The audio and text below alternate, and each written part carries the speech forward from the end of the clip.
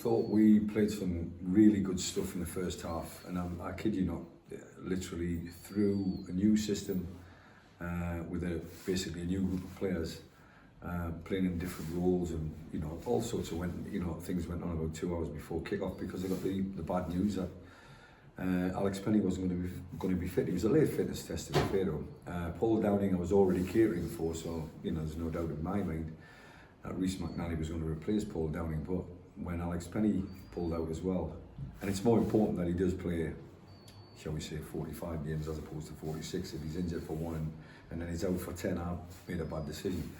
But we went through it professionally before the game, and next thing you know, the players have looked at me and said, well, I've only got one centre-half fit, so what are you going to play with one centre-half?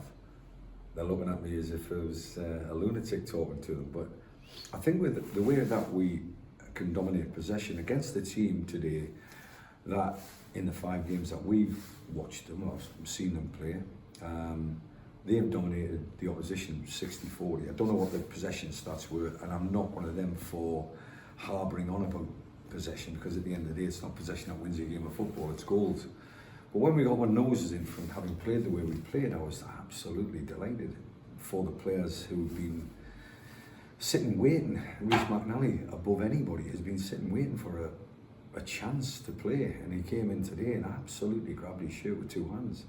With that kind of attitude from the backroom staff and the players who are sitting on the bench week in and week out, I've got a great chance. I think we've got a great chance. But at the same time, disappointed that it's just a point. Having put so much into the game in such a short space of time, I don't just mean the 90 minutes, I'm just talking about the preparation.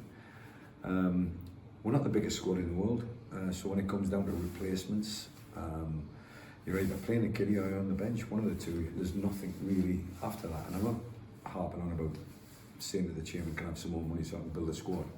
I'm quite happy with the players that have come in and replaced whoever's gone out. But we need to empty that treatment room, and Amari Morgan-Smith, fortunately, will be ready for action on Saturday. Does he come straight back in? Well, if Ben Beresford had still been fit, the answer would have been no. He scored 2 goals in 3 games, or whatever it was. Was he going to replace Ash Hemmons, who scored 3 goals in 6 games? And all of the stats are stacking up against Amari Morgan-Smith, but now we need the captain, now we need the leader, now we need somebody that's going to go into a battle at Chorley compared to tonight's game. And that's the one thing I've got to point out, I think, about the National League North. It is, people say it's brutal. I understand the brutality of it, because the further down you come, you think you have to kick somebody to stop them from playing. But I tell you what, it's the quality of that football tonight. I was absolutely delighted with, from our perspective, and I'm sure if the Chester manager was standing here and we were sharing the interview, he'd say exactly the same. You talked about Ashley Hemmings there. Ashley was sent off 15 minutes from time. Your view or the opinion from the players, do you think it was handball? Too much going on in the penalty box, in my opinion, for me to make that decision from the halfway line. But the referee was in a good place, and I've asked him the question, did he make the decision or did the linesman make the decision? As I saw the linesman, he walked down the line towards the penalty stance where they stand, and I thought, has he made the decision? But the referee confirmed that he did. He's seen enough of it for to give a penalty. If truth be known, I thought it was over the line.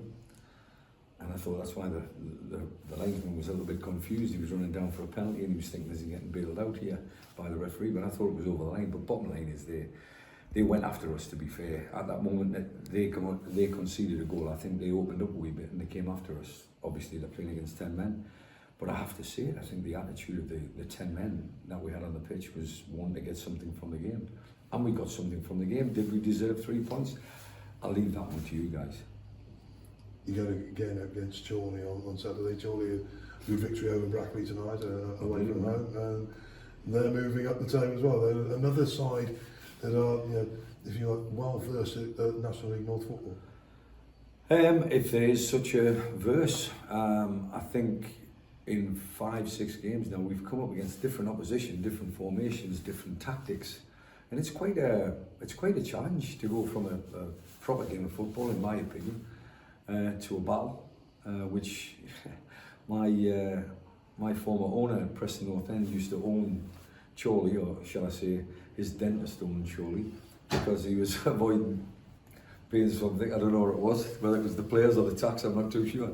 But you know, Trevor Evans he was a great guy, and obviously he's passed on, the late Trevor Evans. Fantastic guy. But Chorley is a team that's run by a very good friend of mine, who we've not spoken to and with for a long time. And we played together at Blackpool, and he's a character, Andy. And his team are playing, and he's been there a long time. He's been director of football, he's been everything, I think. If he's managing them, there'll be a battle on the touchline, guaranteed, but he's always been 6'3", it's too big for me. But his team plays in a certain way that you have to not admire, but you have to understand that he's well versed at getting points from games that he doesn't deserve. So if he plays that way, we both learn from Sam Halliday, shall we say. And I think he took Sam literally. I sort of moved away and done my own thing, but at the same time, without joking apart, I think it'll be a tough game, there's no doubt about it. It'll be a real tough match. You've got to win your battles individually and then collectively if you can win the game and come away with something. Having gone into the game on the back of a win, they'll be buoyed by that success. Brackley, it's not an easy gig. For them to be Brackley, they must be at their best, and they probably were tonight. We've got to make sure that they're not at their best on Saturday.